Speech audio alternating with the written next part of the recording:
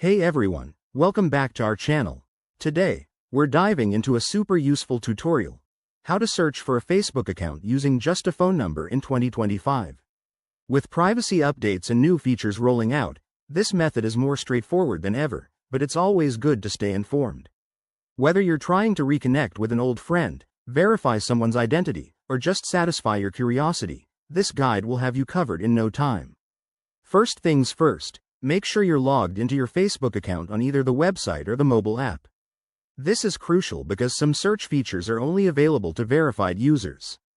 Once you're in, head over to the search bar at the top of the page.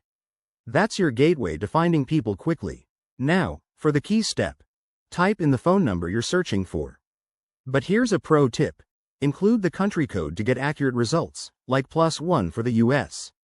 For example, if you're looking for a number like 12345678890, enter it as +11,234,567,890. Hit enter, and Facebook's algorithm will scan its database for matches. If you're using the mobile app, go to the menu, select Friends, or Search, and enter the phone number there. Sometimes, you might need to go to the People tab for better results. Keep in mind, though, that not every account will show up due to privacy settings.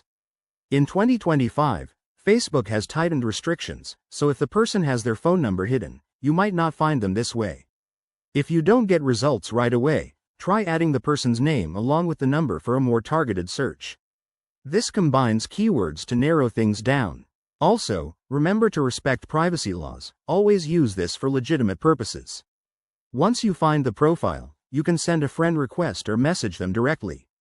That's it, you've just mastered searching Facebook by phone number.